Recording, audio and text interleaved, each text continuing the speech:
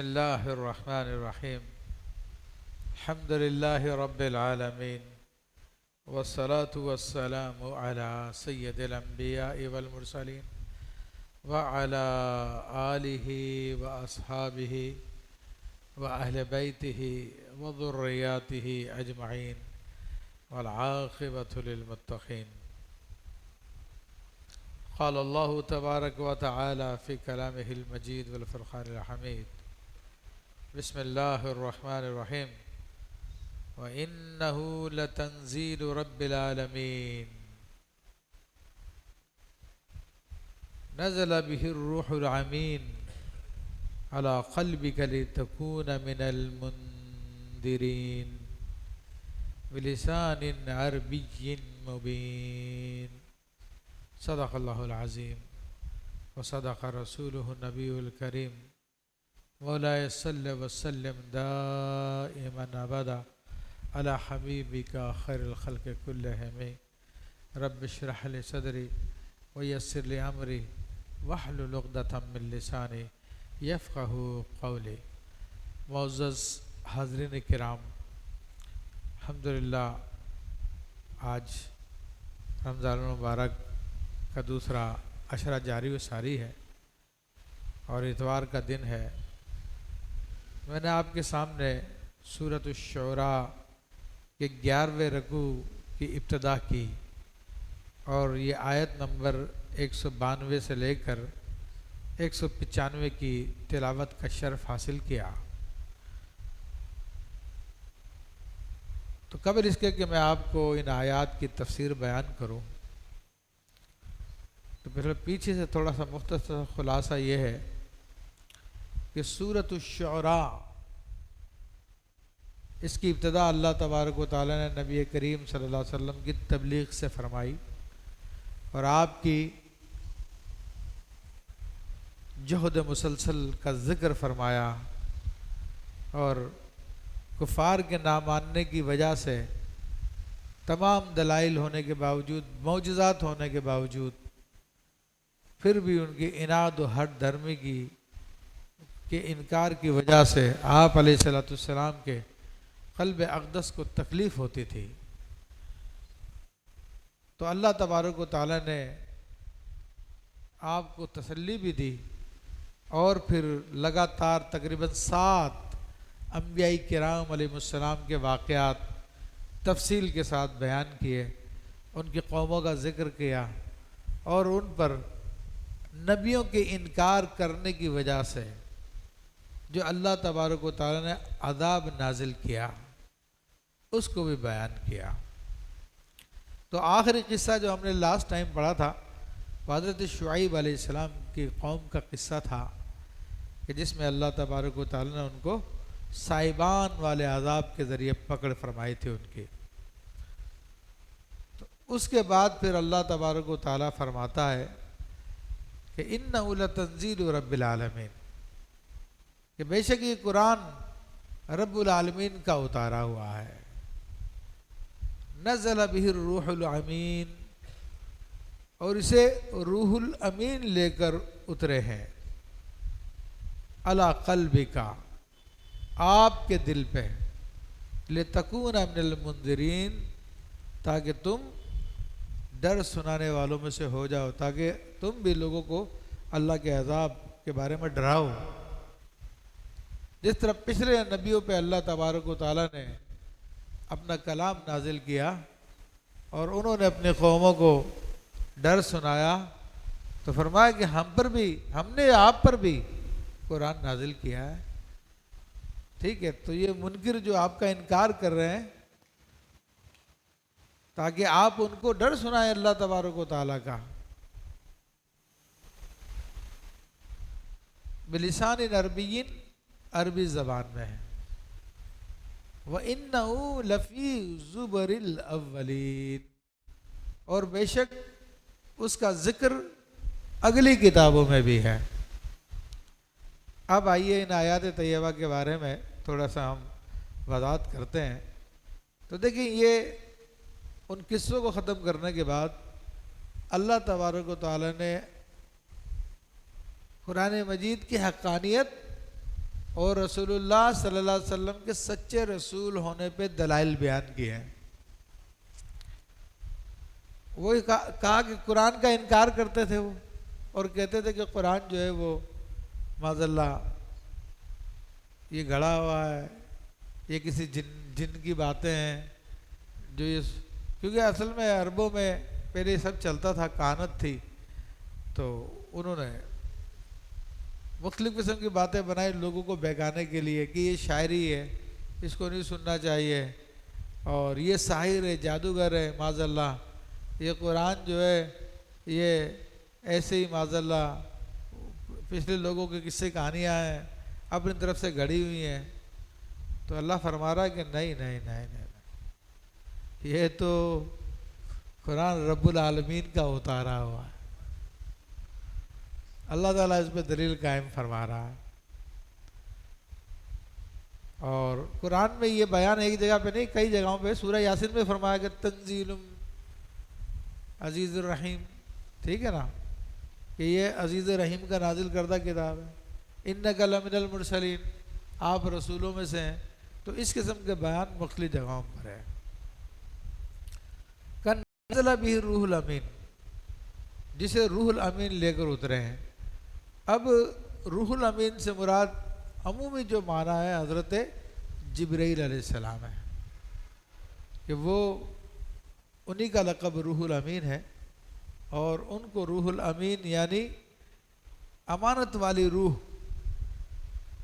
تو اصل میں ان کو کیوں کہا جاتا ہے کہ روح سے مراد لطیف اشیاء ہوتی ہیں، جیسے انسان ایک کثیف ہے، جنات وہ آگ سے بنے، وہ ہم سے تو لطیف ہے مگر وہ بھی کثیف ہے، فرشتے جو وہ نوری مخلوق ہیں، وہ لطیف ہے۔ تو جبریل علیہ السلام تو فرشتوں کے سردار ہیں، تو اس لیے ان کو روح بھی کہا جاتا ہے۔ پھر امین، امین اس لیے کہا جاتا ہے کہ جتنے نبیوں پہ وحی آئی ان کی ذمہ داری حضرت جبریل علیہ السلام پر تھی، اور جبریل علیہ السلام نے نہایت امانت داری کے ساتھ یہ کام کیا۔ یہودیوں نے آپ پہ الزام لگایا، اور یہودی آپ کے دشمن ہوئے کہ انہوں نے وحی جو ہے صحیح نہیں اتاری۔ خود سورہ بقرہ میں اس کا ذکر آیا، من کان عدوا لجبریل و میکائیل و اسرافیل، وہ قرآن کی آیت ہے باقاعدہ کہ جبرائیل و میکائیل کے جو دشمن ہیں وہ اللہ رسول کے بھی دشمن ہیں۔ تو ان کو بھی، یہودیوں کو بھی یہی اعتراض تھا جبریل امین سے۔ اسی طرح ہماری امت کے اندر جو صحابہ کرام کے گستاخ ہیں، جو صحابہ کرام کو برا بھلا کہتے ہیں، اور حضرت علی کرم اللہ وجہ الکریم کا مرتبہ بہت بڑھانے کی کوشش کرتے ہیں، تو ان میں سے بھی بعض فرقوں کا یہی نظریہ ہے کہ وہی آنی تھی سیدنا علی کرم اللہ وجہ الکریم پر، لیکن جبریل امین نے غلطی کر دی، معاذ اللہ ثم معاذ اللہ، اور وہ محمد رسول اللہ صلی اللہ علیہ وسلم پر لے کر آ گئے۔ تو یہ صرف نظریہ نہیں، ان کی کتابوں میں لکھا ہوا ہے سب کچھ، جس سے وہ انکار نہیں کر سکتے۔ ہاں اپنی مجلسوں میں تو کہہ لیتے ہیں، لیکن مسلمانوں کے سامنے کہتے ہوئے ڈرتے ہیں کہ کہیں ان کو منکر قرآن نہ کہہ دیا جائے، کیونکہ منکر قرآن ہر مسلمان جانتا کہ کافر ہوتا ہے۔ تو اس لیے اللہ تبارک و تعالیٰ نے وہ پچھلے زمانے کے جو بہتان کرنے والے تھے جبریل امین پر، اور اس زمانے میں جو بہتان ماننے والے جبریل امین پہ انہوں نے وحی میں غلطی کر دی، معاذ اللہ ثم معاذ اللہ، تو ان کا شافی جواب دے دیا کہ یہ روح الامین کا نازل کردہ ہے، یعنی وہ روح جو کہ امانت دار ہے، اللہ جن کی امانت کی گواہیاں دے رہا۔ تو اس لیے روح الامین کے بارے میں کہنے والے کہ انہوں نے وحی میں غلطی کر دی، تم جھوٹے ہو، تم دین سے نکلے ہوئے ہو۔ تو بڑے اللہ تعالیٰ کے کلام کے اندر بڑے نکات ہیں۔ اچھا جی،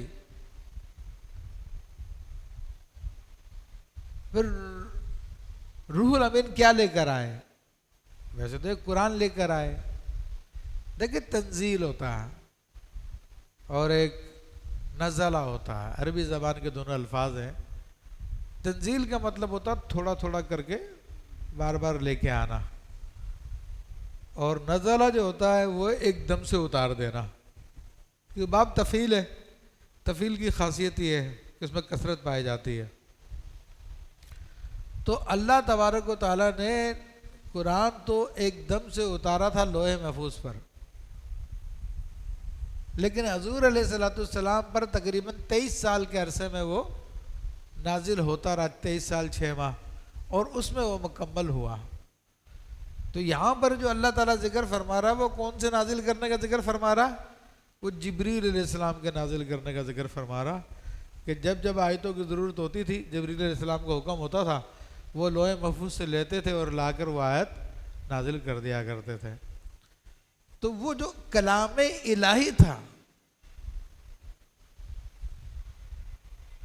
جو اصل کلام الہی ہے، اس کو تو کوئی چیز برداشت نہیں کر سکتی تھی سوائے رسول اللہ صلی اللہ علیہ وسلم کے سینے کے۔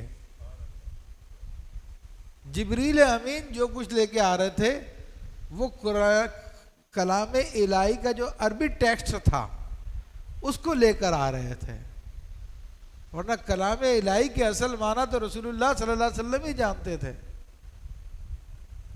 کتنی آیتیں تھیں کہ جن کو جبریل امین علیہ السلام نہیں جانتے تھے، اور رسول اللہ صلی اللہ علیہ وسلم سب کو جانتے تھے۔ تو اسی کی طرف اشارہ کیا کہ علی قلبی کا، یہ جو لے کر آ رہے ہیں آپ کے قلب پہ لے کر آ رہے ہیں، لِتَكُونَ مِنَ الْمُنذِرِينَ، تاکہ تم بھی ڈر سنانے والوں میں سے ہو جاؤ۔ تو اب یہ رسول اللہ صلی اللہ علیہ وسلم کے قلب اقدس پہ نازل کیا گیا، کیونکہ آپ کا قلب اقدس اس قابل تھا، ورنہ پچھلے انبیاء کرام علیہ السلام پر جو وحی نازل ہوئی تو ان کا یہ ذکر نہیں ہے کہ ان کے دلوں پہ نازل کی گئی، ان کے بارے میں تو یہ ہے کہ ان کو کتاب دی گئی، ان کو تختیاں دی گئی۔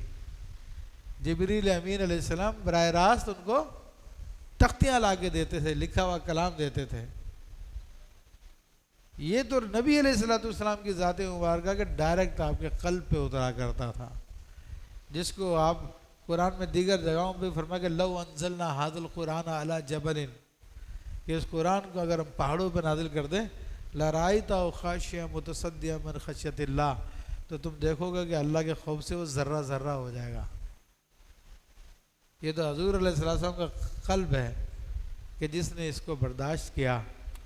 اور یہ کتنا وہی سخت ہوتی ہے، ہم کہتے ہیں روحانیت مجھے مل جائے، روحانیت مجھے مل جائے، دیکھیں اصل روحانیت سخت ہوتی ہے۔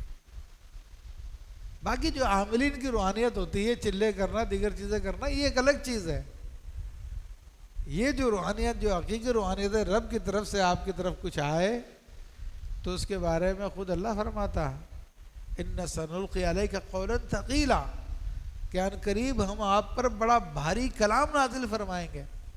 اور یہ بھاری کلام وہی تھی اللہ تبارک و تعالیٰ کی، اور وہی مختلف اقسام کی 8 اقسام کی ہے۔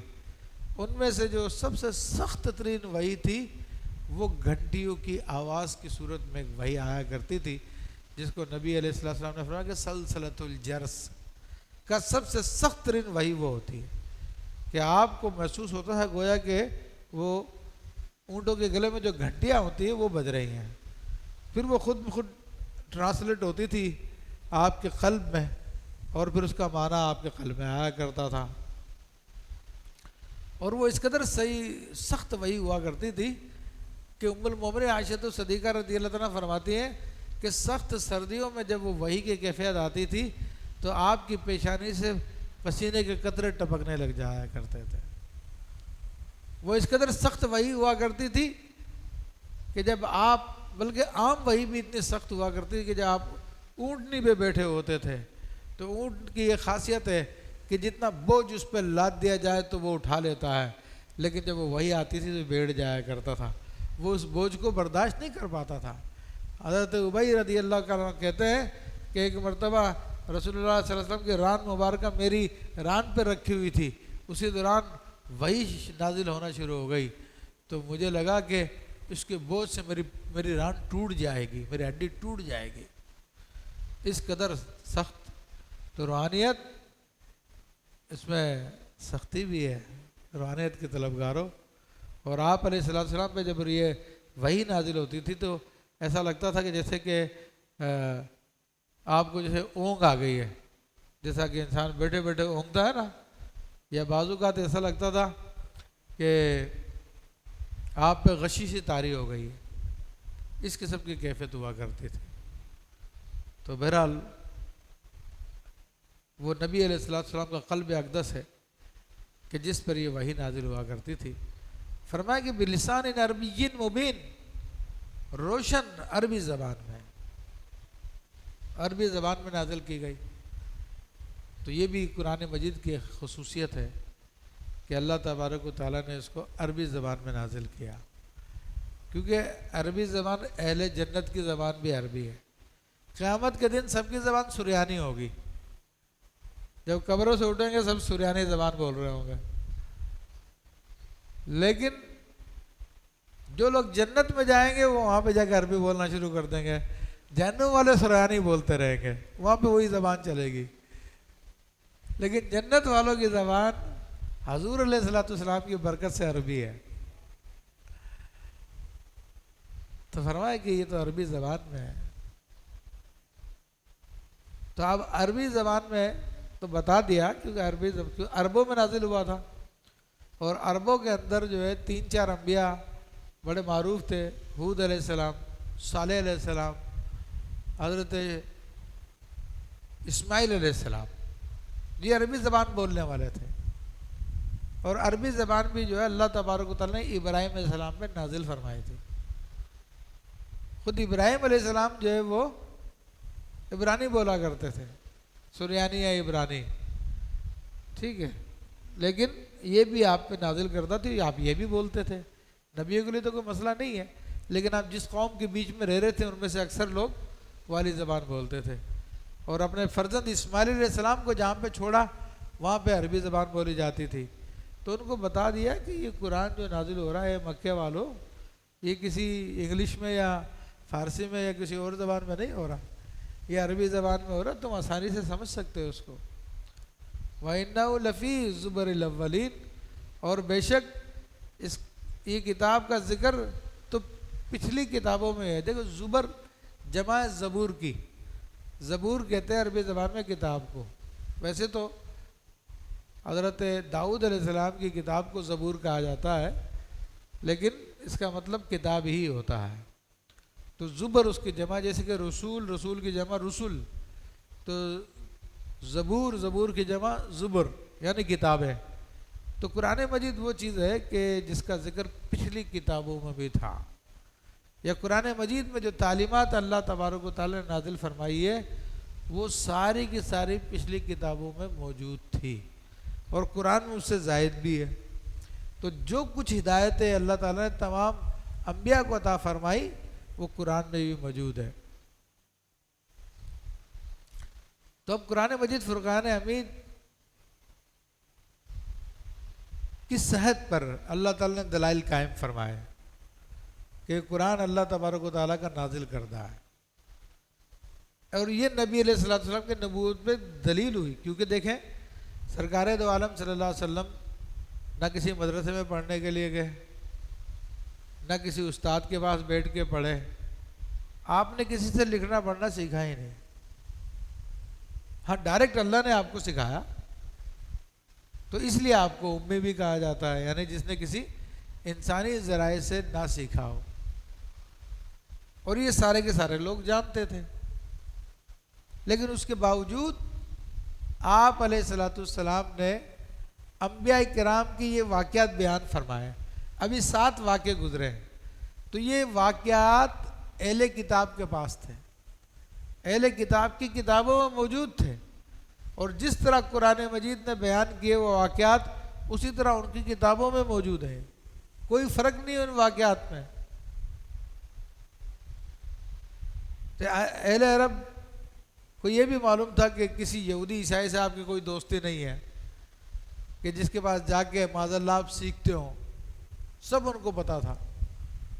تو یہ ظاہر ہوا کہ ایسے واقعات بیان کرنا کہ جو پچھلی کتابوں میں، حالانکہ وہ کتابیں آپ نے پڑھی بھی نہیں بھی، سیکھی بھی نہیں ہے، اور کسی یہودی عیسائی نے آپ کو قصے آ کے سنائی بھی نہیں ہے، تو اس بات کی دلیل ہے کہ یہ اللہ نے آپ پہ وحی کی ہے، تو یہ منزل من اللہ ہونے کی دلیل ہے یہ۔ اور اس الزام کی نفی کر دی کہ یہ کسی جادوگر کا کلام ہے یا کاہن کا کلام ہے۔ فرمایا کہ اولم یکن لہم آیتن ان یعلمہ علماء بنی اسرائیل، اور کیا یہ ان کے لیے نشانی نہ تھی کہ اس نبی کو جانتے ہیں بنی اسرائیل کے عالم؟ اور اہل مکہ سے خطاب کیا جا رہا ہے کہ مکے والو، کہ تمہارے لیے نشانی کافی نہیں ہے کہ بنی اسرائیل کے لوگ بھی نبی علیہ السلام کو جانتے ہیں، اس قرآن کو جانتے ہیں، اس قرآن کی آیتیں اپنے یہاں پر پاتے ہیں، اور خود ان کے بارے میں آیا بھی یعرفونہ کما یعرفون ابناءہم، یہ اس نبی کو ایسا جانتے ہیں جس طرح کے اپنے بیٹوں کو جانتے ہیں۔ یجدونہ مکتوبا عندہم فی التوراۃ والانجیل، یہ نبی کی شان یہ ہے کہ اس نبی کا ذکر یہ اپنے تورات اور انجیل کے اندر لکھا ہوا پاتے ہیں۔ تو اللہ تعالیٰ فرما رہا ہے کفار قریش کے لوگوں، کیا تمہارے لیے نشانی کافی نہیں ہے کہ اس کو علماء بنی اسرائیل بھی جانتے ہیں کہ ان کی کتابوں میں بھی اس بات کا ذکر ہے؟ تو یہ سارے کے سارے دلائل دیے جا رہے ہیں۔ وَلَوْ نَزَّلَ عَلَىٰ بَعْضِ الْأَعْجَمِينَ، اگر اللہ تبارک و تعالیٰ فرما رہا ہے کہ اگر ہم اسے کسی غیر عربی شخص پہ اتارتے ہیں، عاجمین اجمی کی جمع ہے عاجمیون، تو یعنی غیر عربی، تو اب فرما رہے ہیں کہ یہاں پہ تو عربی زبان میں ہم نے قرآن کو نازل کیا، اور فصیح اللسان سیدنا محمد رسول اللہ صلی اللہ علیہ وسلم پورے عرب میں جن کی زبان سب سے زیادہ فصیح و بلیغ تھی، سب سے اچھا کلام فرمانے والے تھے، ان کے ذریعے تمہارے سامنے اس قرآن کو پڑھوایا ہے، تم ماننے کے لیے تیار نہیں ہو، تو کیا فقرأوا علیہم ما کانوا بھی، کوئی اجمی جو ہے اس پہ ہم نازل کر دیتے، پھر وہ اس قرآن کو پڑھتا ان کے اوپر، ما کانوا بھی مومنین، تو جب بھی اس پہ ایمان نہیں لے کر آتے، جب بھی منع کر دیتے، کہتے کہ لو یہ تو اجمی آدمی ہے، یہ تو پتہ نہیں اپنی زبان میں کیا بول رہا ہے، ہمیں تو سمجھ میں نہیں آ رہا، ہم کیسے مانیں، ہم کیسے سنیں؟ اللہ فرما رہا ہے کہ تب بھی انکار کرتے ہیں، اب تو یہ بہانہ بھی نہیں کر سکتے، اب تو عربی میں ہم نے بھیجا لیکن اب بھی انکار کر رہے ہیں، اور انکار کی وجہ کیا؟ اصل میں دنیا کی محبت ہے، ان کے دلوں کا عناد ہے، ان کا اندر جو کفر انہوں نے پال لیا ہے۔ کذالک سلکناہ فی قلوب المجرمین، تو ہم نے یوں ہی جھٹلانا سرایت کر دیا ہے مجرموں کے دلوں میں۔ تب اللہ فرما رہا ہے کہ یعنی یہ جھٹلانا جو ہے ہم نے ان کے دلوں میں ڈالا، اب اس سے کیا مراد ہے؟ دیکھیں، اس سے مراد یہ ہے کہ اللہ تبارک و تعالیٰ نے انسان کو دل، روح اور ضمیر، عقل، یہ سب کچھ عطا فرمائی ہے، اور جب بندے پر کوئی ہدایت کی بات آتی ہے تو اندر سے اس کا ضمیر، اس کا دل کہتا کہ یہ سچی، اس کو مان لے، یہ سچی، اس کو مان لے۔ کہتے ہیں دل میں دو خیال آ رہے ہیں، پرانے تعلقات تو یہ کہہ رہے ہیں کہ اس کو نہیں چھوڑنا چاہیے، لیکن یار بات اس کی سچی لگ رہی ہے، اس کے دلائل مضبوط ہیں، عقل کہہ رہی ہے کہ اس کو چھوڑ کے ادھر آ جانا چاہیے۔ ہر انسان کے ساتھ یہ بات ہوتی ہے، اس کے دل میں یہ خیال آتا ہے، بلکہ خود قرآن میں اس کو واضح لفظوں میں فرما کہ فَأَلْهَمَهَا فُجُورَهَا وَتَقْوَاهَا، کہ ہم نے انسان کو اس کی اچھائی اور برائی دونوں الہام کر دی ہے۔ قَدْ أَفْلَحَ مَنْ زَكَّاهَا، تو جس نے اس کا تزکیہ کر لیا، اچھائی کو اپنا لیا، وہ برائی کو چھوڑ دیا، وہ فلاح پا گیا۔ وَقَدْ خَابَ مَنْ دَسَّاهَا، اور وہ شخص ناکام و مراد ہو گیا، نامراد ہو گیا جس نے اس کو دبا دیا، یعنی اچھائی کی بات کو دبا دیا، اور برائی کی بات کو لیتا جا رہا ہے. ٹھیک ہے. تو ایسے ہی جب اللہ تبارک و تعالیٰ نے ہر انسان کو یہ قلب اور ضمیر عطا فرمائے تو یہ جب کوئی بات ہوتی ہے یہ کہتے ہیں. تو ایسے ہی جب انسان ان باتوں کو نہیں مانتا اور اپنی من مانی اپنی من پسندیدہ چیزوں کی طرف دوڑتا چلتا ہے تو پھر یہ ضمیر والی آوازیں دل والی آوازیں اس کو آنا بند ہو جاتی ہے اور وہ بس گناہوں میں لگا رہتا ہے. ایک مثال لے لیجئے. معاذ اللہ آپ سے کہا جائے کہ جاؤ فلاں کو قتل کر کے آؤ تو آپ کے پاؤں من بھاری ہو جائیں گے. آپ سے شاید چلا بھی نہ جائے کہ یہ میں کیا کرنے جا رہا ہوں. حالانکہ کوئی بیرونی زنجیر نہیں ہے آپ پر جو آپ کو روک رہی ہے، لیکن آپ کے اندر کا ضمیر آپ کو کہہ رہا ہے کہ نہیں نہیں، کیا کر رہا ہے تو یہ تو کرے گا. یہ اندر کی آوازیں ہیں. لیکن ایک شخص جو کرائے کا قاتل بن جاتا ہے تو اس کو یہ آوازیں آنا بند ہو جاتی ہے. وہ طے کرتا ہے ہاں بھائی کتنے پیسے دو گے، کتنے نہیں دو گے، کب مارنا، کس وقت مارنا، کہاں پہ مارنا. وہ طے کرتا اور جا کے مار مور کے آ جاتا ہے. تو کیا فرق رہا آپ میں اور اس میں؟ فرق یہی ہے کہ اس کی جو اندرونی جو صلاحیت تھی بھلائی کی وہ ختم ہو گئی ہے اور آپ کی برقرار ہے. تو اسی طرح کفار مکہ وہ نبی علیہ السلام کا ہٹ درمی کی وجہ سے انکار کرتے تھے. تو شروع میں تو ان کے دل میں آتا تھا کہ یہ سچا کلام ہے، یہ اللہ کے سچے نبی ہیں.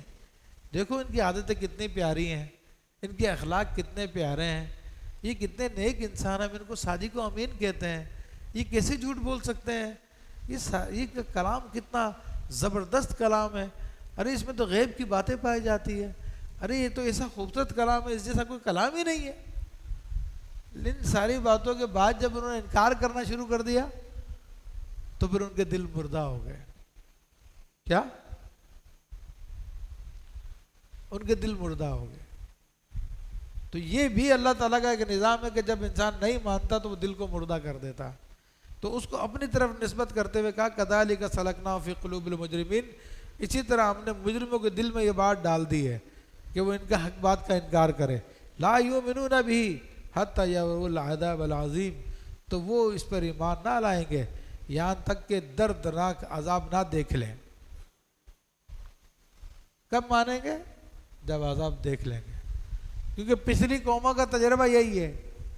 یہ 7 قصے جو پہلے بیان ہوئے ہیں ان سب کے اندر یہی تھا کہ ان قوموں نے نبیوں کا مذاق اڑایا اور نبیوں سے کہا کہ لیاؤ عذاب، اگر عذاب لا سکتے ہو تو آسمان گرا دو ہم پر، معاذ اللہ اس قسم کی باتیں کرتے تھے. لیکن جب عذاب کے آثار آئے انہوں نے دیکھا کہ واقعی اب عذاب آ رہا، پھر معافیاں مانگنے لگے، توبہ کرنے لگے. تو اللہ فرما رہا ہے کہ یہ بھی اس وقت نہیں مانے، اس وقت تک نہیں مانیں گے جب تک کہ عذاب کو نہ دیکھ لیں. ان میں خاص جو ابو لہب، ابو جہل اور اس قسم کے امیہ بن خلف جو پکے کافر تھے تو ان کا یہ حال تھا. حتی یروا العذاب العظیم، جب تک کہ وہ دردناک عذاب نہ دیکھ لیں.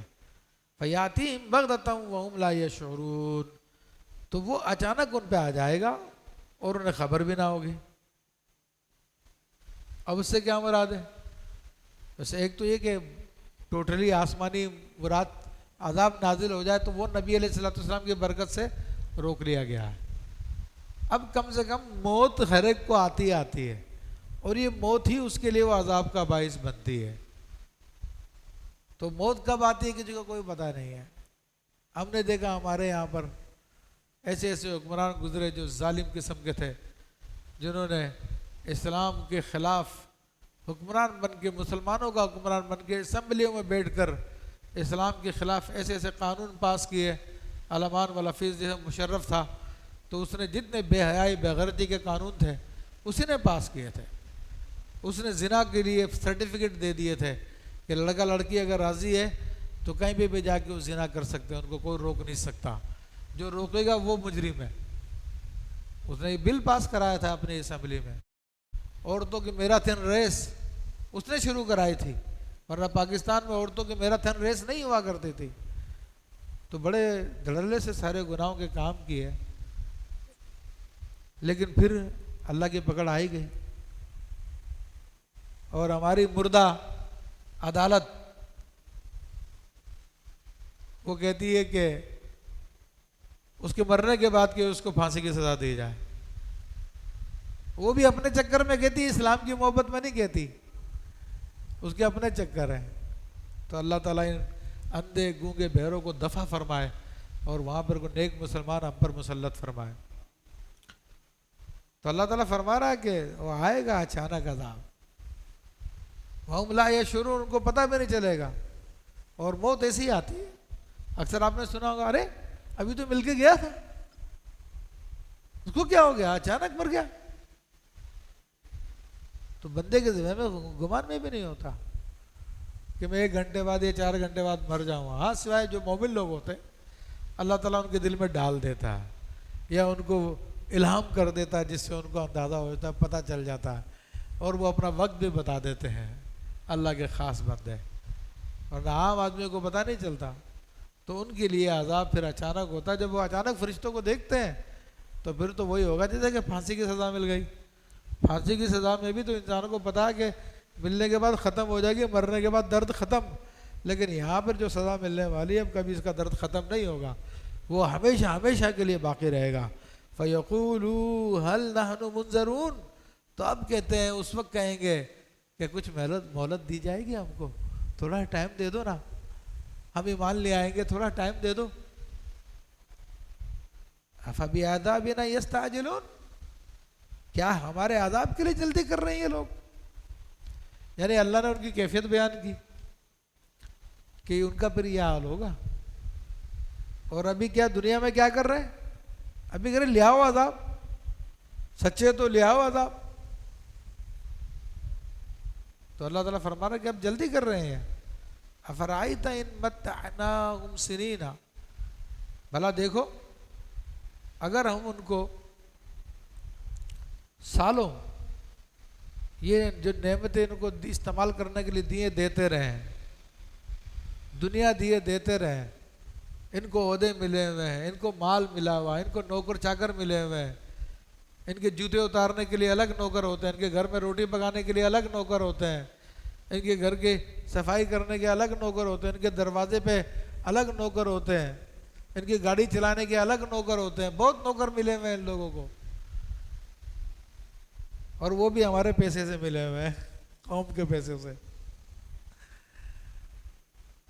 ان لوگوں کو دہی کی ضرورت ہوتی ہے تو یہ ہیلی کاپٹر بھیج کر جو ہے مری میں بیٹھے تو لاہور سے دہی منگوا لیتے ہیں. کس کے پیسوں سے منگوا لیتے ہیں؟ یہ عوام کے پیسوں سے منگوا لیتے ہیں. اور کتنی باتیں میں آپ کو ذکر کروں، آپ سمجھ جاؤ ساری باتیں.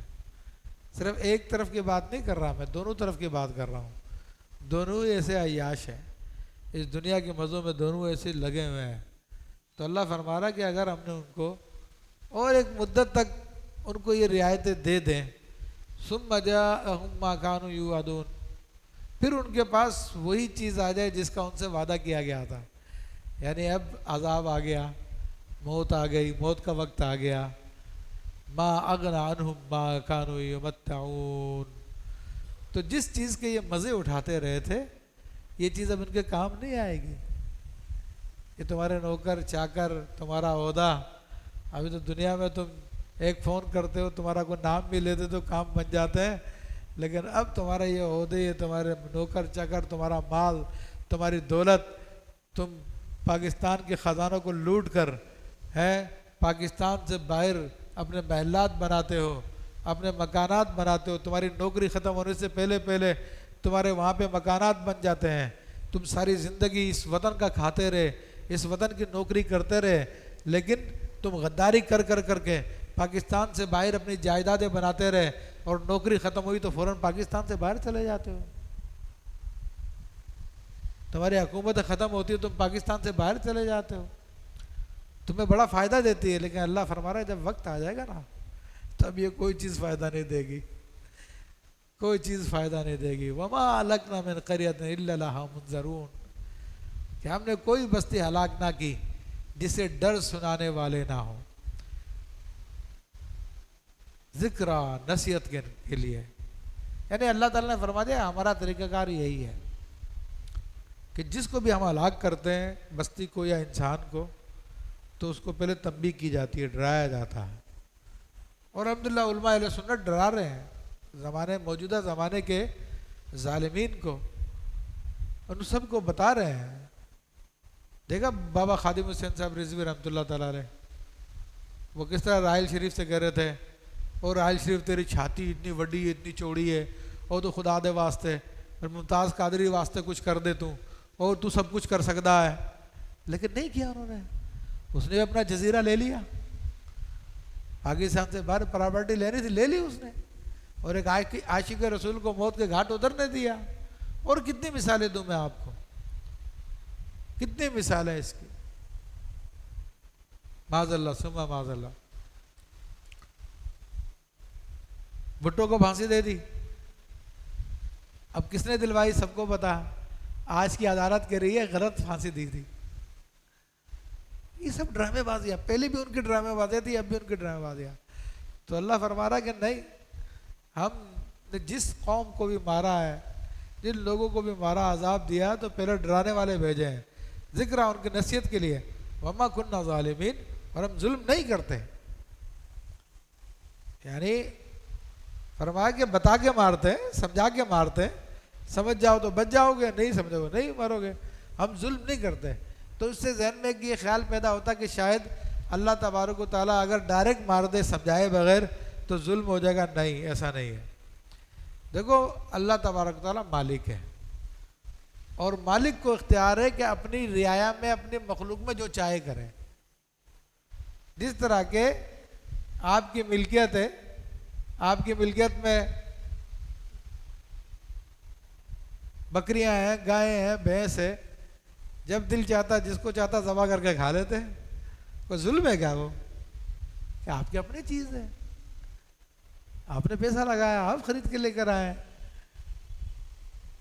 تو سمجھانے کے لیے بتا رہا ہوں، ایسے ہی مخلوق اللہ تعالیٰ کی ہے، اللہ نے پیدا کی ہے، وہ اللہ تعالیٰ کی ملکیت ہے، چاہے ڈرا کے مارے یا بغیر ڈرائے مار دے، ظلم کبھی بھی نہیں ہے۔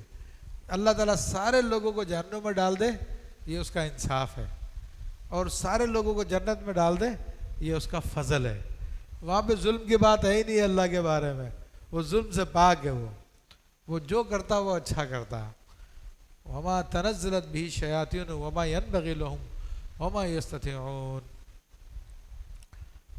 یہ تو کافی ٹائم ہو گیا ہے، تو میں تو چاہ رہا تھا جلدی جلدی کر لیا جائے، لیکن میرا رمضان کا مہینہ ہے اور رکوع بھی آخری ہے یہ، اور اس کے درمیان میں رکوع بھی نہیں ہے، تو میں جلدی جلدی اس کا معنی آپ کے سامنے بیان کرتا ہوں۔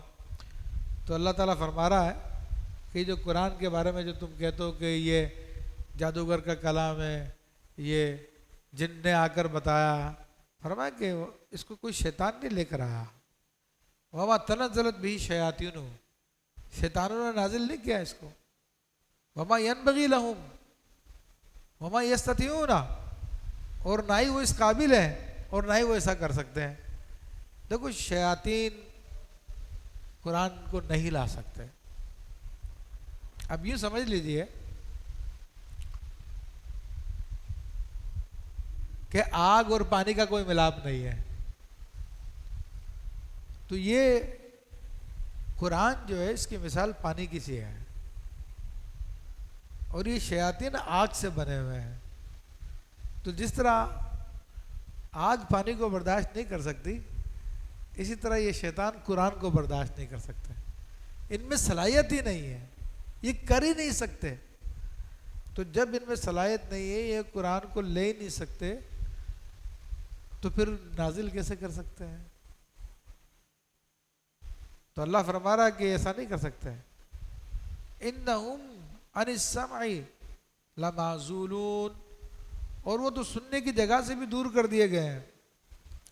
یعنی پہلے نبی علیہ الصلوۃ والسلام کی ولادت سے پہلے ہوتا تھا کہ یہ شیاطین وغیرہ آسمان پہ جایا کرتے تھے، جنات اور فرشتے جو باتیں کرتے تھے ان کی سن لیا کرتے تھے، اور ایک آدھ بات تو ان کو سننے کو مل جاتی تھی، اور آگے جس سے ان کے تعلقات ہوتے ہیں جس انسان سے، اس کو آ کر جو ہے ایک سچی اور 100 جھوٹی ملا کے بتا دیا کرتے تھے۔ اس طرح سے کام چل رہا تھا۔ لیکن جب حضور علیہ الصلوۃ والسلام تشریف لائے تو اللہ تعالیٰ نے وہ سلسلہ بھی بند کر دیا۔ ٹھیک ہے، اِنَّا كُنَّا نَقْعُدُ مِنْهَا مَقَاعِدَ لِلسَّمْعِ فَمَن يَسْتَمِعِ الْآنَ يَجِدْ لَهُ شِهَابًا رَصَدًا، کہ ہم پہلے تو آسمان کے یہاں پر بیٹھ کر، ہماری بیٹھنے کی جگہ ہی تھی، اڈے بنائے ہوئے تھے ہم نے، وہاں پہ بیٹھ کے ہم سن لیا کرتے تھے وحی کو اور فرشتوں کی باتوں کو۔ لیکن اب جو ہے وہاں پر ہماری بیٹھنے کی جگہ ختم ہو گئی ہے، ہاں، یہ جس شہاب الرصدا، اب جو وہاں پر جاتا ہے تو پھر اس کو شہاب ثاقب مارا جاتا ہے۔ یہ سیارے جو ہے میٹرائٹس، ان کو توڑ کے ان پہ مارا جاتا، پھر یہ بھاگتے ہیں دم دبا کے۔ اب وہ سلسلہ یہ بند ہو گیا، تو اللہ فرما رہا ہے کہ بھائی جو پہلے ہوا کرتا تھا وہ اب قرآن کے نزول کے وقت اب وہ بھی بند ہو گیا، تو وہ کیسے قرآن کو نازل کر سکتے ہیں؟ فَلَا تَدْعُ مَعَ اللَّهِ إِلَٰهًا آخَرَ فَتَكُونَ مِنَ الْمُعَذِّبِينَ، تو اللہ کے سوا دوسرا خدا نہ پوچھ کہ تجھ پہ عذاب ہوگا۔ تو یہ خطاب تو نبی علیہ السلام سے، لیکن اس کے مخاطب جو لوگ ہیں کہ آپ کے ذریعے لوگوں کو یہ پیغام دیا جا رہا، کیونکہ نبی تو معصوم ہوتا ہے، وہ تو کہاں کسی اور کی پوجا کر سکتے ہیں نبی، تو اس لیے گفتگو آپ علیہ السلام سے ہو رہی ہے اور سنا ہم کو جا رہا ہے کہ دیکھو شرک مت کرنا، اللہ کے ساتھ کسی اور کو مت پکارنا، ورنہ تو پھر تجھ پہ عذاب ہوگا، تکون من المعذبین، تو عذاب دیے گئے لوگوں میں سے ہو جائے گا۔ تو آج معاذ اللہ ایسا ہو رہا ہے، لوگ خدا کے سوا بھی لوگوں کو پکار رہے ہیں، مسلمان کہلاتے ہیں، کلمہ پڑھتے ہیں۔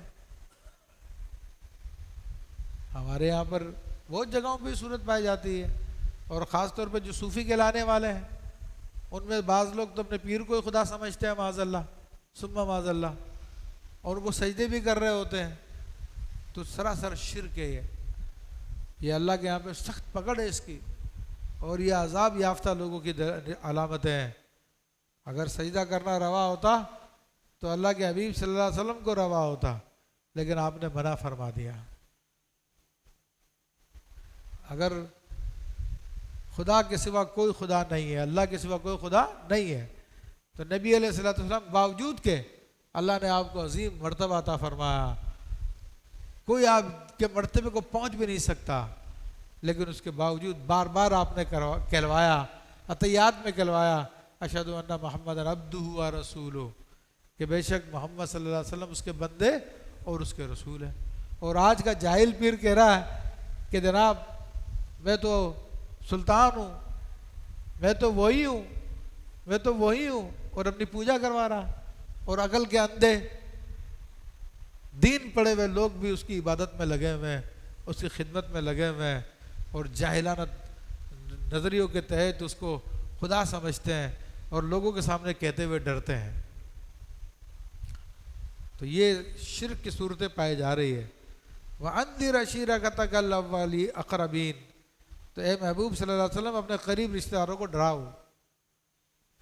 تو جب یہ آیت نازل ہوئی تو نبی کریم صلی اللہ علیہ وسلم نے اپنے قریبی رشتہ داروں کو جمع کیا اور ان کو دین کی دعوت دی۔ تو لیکن ان میں سے پھر وہ واقعہ مشہور ہے کہ ابو لہب نے کہا تبًا لک یا محمد صلی اللہ علیہ وسلم، کہ اے محمد صلی اللہ علیہ وسلم تمہارے ہاتھ ٹوٹ جائیں، کیا تم نے ہمیں اس کام کے لیے بلایا؟ تو اللہ کے نبی نے صاف صاف لفظوں میں بتا دیا کہ دیکھو میں اللہ کے مقابلے میں تمہیں نہیں بچا سکتا اللہ تبارک و تعالیٰ سے۔ باقاعدہ اپنی پھوپھی کو آواز دی، اپنی بیٹی حضرت خاتون جنت کو آواز دی، دیگر رشتہ داروں کو آواز دے کر کہا، تو یہ اصل میں ڈرانے کا موقع تھا تو ان کو ڈرایا، ورنہ خود رسول اللہ صلی اللہ علیہ وسلم فرماتے ہیں میری رشتہ داری فائدہ دے گی، میری رشتہ داری فائدہ دے گی۔ اور حضرت خاتون جنت رضی اللہ تعالیٰ کے لیے فرمایا کہ تم اور تمہاری اولاد جہنم کی آگ سے پاک ہو۔ تو یہ جو اہل ایمان ہے ان کے لیے، اور جو ایمان ہی نہ لیا ہے وہ ویسے کہ میں حضور کا رشتہ دار ہوں، کفریات میں پڑا ہوا، گمراہیوں میں پڑا ہوا، تو اس کے حق میں کوئی شفاعت نہیں ہے۔ شفاعت تو اس کے حق میں ہے جو مسلمان ہے۔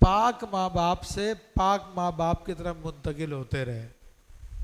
ساجدین سے مراد مسلمان ہیں، تو آدم علیہ السلام کے زمانے سے آپ کے جو ماں باپ جن کے اندر آپ کا نور منتقل ہوتا رہا وہ پاکیزہ لوگ تھے، اور یہاں تک کہ آپ فرماتے ہیں کہ میں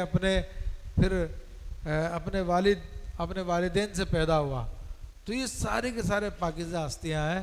تو یہ آیت اس بات پہ دلیل ہے کہ سارے کے سارے مومن تھے۔ انہ هو السمیع العلیم، اور بے شک وہی سنتا اور جانتا ہے۔ اور الحمدللہ اہل سنت کی اکثریت کا یہی مذہب ہے کہ نبی علیہ السلام کے والدین اور آپ کے آبائی کرام سارے کے سارے مومن تھے، اور ان میں سے کوئی بھی مشرک نہیں تھا۔ هل نبئکم علی من تنزل الشیاطین، اب پہلے تو قرآن کا بتا دیا، اب اللہ تعالیٰ فرمایا کہ اب تمہیں بتا دوں کہ شیاطین کس پہ نازل ہوتے ہیں، شیاطین کس کے پاس آتے ہیں؟ تو فرمایا کہ تنزل علی کل افاک اثیم، تو اترتے ہیں ہر بڑے بہتان والے گناہگار پر، یعنی جو بہت زیادہ جھوٹ بولتا ہے، لوگوں پہ بہتان لگاتا ہے اور گناہ پہ اڑا رہتا ہے، اس پہ شیاطین نازل ہوتے ہیں اور اس کے قلب پر آ کر الہام کرتے ہیں۔ یلقون السمع واکثرهم کاذبون، اور شیطان اپنی سنی ان پر ڈالتے ہیں اور ان میں اکثر جھوٹے ہوتے ہیں۔ تو یہ شیاطین عام طور پہ دو صورتیں، ایک تو وہی جو پرانے زمانے کے اعتبار سے کہ باقاعدہ جنات وغیرہ جاتے تھے شیطان اور آسمان سے کوئی بات چوری کر کے لے کے آتے تھے اور پھر اس میں 100 ملا کے بیان کر دیا تھا۔ دوسری ایک صورت یہ ہے کہ ہم میں بھی جو شخص بہت زیادہ جھوٹا ہو، بہت زیادہ مکار ہو اور بہت گناہوں میں پڑا ہوا ہو، اس پر بھی ہر وقت شیطان کا الہام ہوتا رہتا ہے۔ آپ دیکھیں، آپ کسی بات سے آپ کو منع کیا گیا اور آپ وہ کام کرتے ہوئے پکڑے جائیں تو آپ کو بہانہ کرتے ہوئے آپ کی زبان کے اندر گرہ لگ جاتی ہے، آپ سے بہانہ نہیں کیا جاتا کہ یار کیا بولوں میں اس کو، میں تو رنگے ہاتھوں پکڑا گیا ہوں، بولا نہیں جاتا، اور کوئی جھوٹ بات ذہن میں نہیں آ رہی ہوتی کہ یار یہ بات بنا دوں میں۔ لیکن جو شخص مکار ہوتے ہیں، فراڈی ہوتے ہیں، وہ اتنے زیادہ اس کے اندر ماہر ہوتے ہیں، ایک بات کے 100 بہانے آپ کو نکال کے دے دیں گے، اتنی چال بازیاں کریں گے کہ آپ سمجھ نہیں پائیں گے۔ تو یہ اصل میں شیطان ان کے قلوب پر الہام کرتا ہے، ان کے دلوں پر الہام کرتا ہے، یہ بول دے، یہ بول دے، یہ بول دے، یہ بول دے، تو وہ کرتے رہتے ہیں اور ہر بات میں جھوٹ بولتے رہتے ہیں اور جہنم کے ایندھن بننے کے لیے تیار ہوتے رہتے ہیں۔ وہ شعراء یتبعہم الغاوون، اور شاعروں کی پیروی گمراہ کرتے ہیں۔ اب یہاں پہ بتا دوں کہ شاعر 2 قسم کے ہیں، ایک شاعر اہل ایمان ہوتے ہیں جو اللہ کی محبت میں، اس کے رسول صلی اللہ علیہ وسلم کی محبت میں شاعری کرتے ہیں، اور دوسرے وہ شاعر ہوتے ہیں جو کہ اہل ایمان نہیں ہوتے اور اپنی شاعری کے اندر پتہ نہیں کیا کیا بکواسیں کرتے رہتے ہیں۔ تو اللہ تعالیٰ فرما رہا کہ شاعروں کی پیروی جو ہے گمراہ لوگ کرتے ہیں۔ الم ترا، یعنی وہ جو دنیا دار شاعر ہیں ان کی پیروی۔ الم ترا انہم فی کل وادی یہیمون، کیا تم نے نہ دیکھا کہ ہر نالے میں سرگرداں پھرتے رہتے ہیں؟ یعنی شاعر ذہن کی روز جس طرف چلا جائے اس کے اندر گھس جائے گا وہ، اور اگر اس کو کوئی چونٹی کی بات سمجھ میں آ گئی تو چونٹی پہ شاعری کرنا شروع کر دے گا، اور اگر اس کو کوئی ہاتھی سمجھ میں آ گیا تو ہاتھی پہ شاعری شروع کر دے گا، کسی کی برائی دل میں آ گئی، دل سے وہ اناد ہو گیا، اس کی برائیاں شروع کر دے گا بلا وجہ کے، کسی کی اچھائی پسند آ گئی تو اس پہ تعریف زمین و آسمان کیسے کلابے ملا دے گا کہ انسان حیران رہ جائے گا۔ تو اللہ فرماتے ہیں کہ یہ ہر وادی میں گھومتے پھرتے رہتے ہیں، یعنی گمراہ لوگ ہی ہیں۔ وَإِنَّهُمْ يَقُولُونَ مَا لَا يَفْعَلُونَ، وہ بات کہتے ہیں جو کرتے نہیں ہیں، خود عمل نہیں کرتے جن باتوں پر۔ تو یہ نیک مسلمان شاعروں کے لیے نہیں ہے، بلکہ نیک مسلمان شاعروں کو تو نبی علیہ السلام نے دعائیں دی ہیں۔ حضرت حسان ابن ثابت کو دعا دی کہ اللہ تعالیٰ روح الامین کے ذریعے تمہاری مدد فرمائے۔ حضرت ابو دجانہ سے فرمایا کہ تمہارے اشعار جو ایسے ہیں کہ بس یہ ان کے اوپر نیزے سے زیادہ بھاری ہوتے ہیں، کہو کہو بولو اشعار بولو۔ تو اللہ رسول کی محبت میں اشعار کہے جاتے ہیں، ان کو بولنے کا حکم دیا گیا، لیکن جو دنیا داری کے لیے کہے جاتے ہیں تو وہ اس کیٹیگری میں آتے ہیں۔ فرمایا کہ انہم یقولون ما لا یفعلون،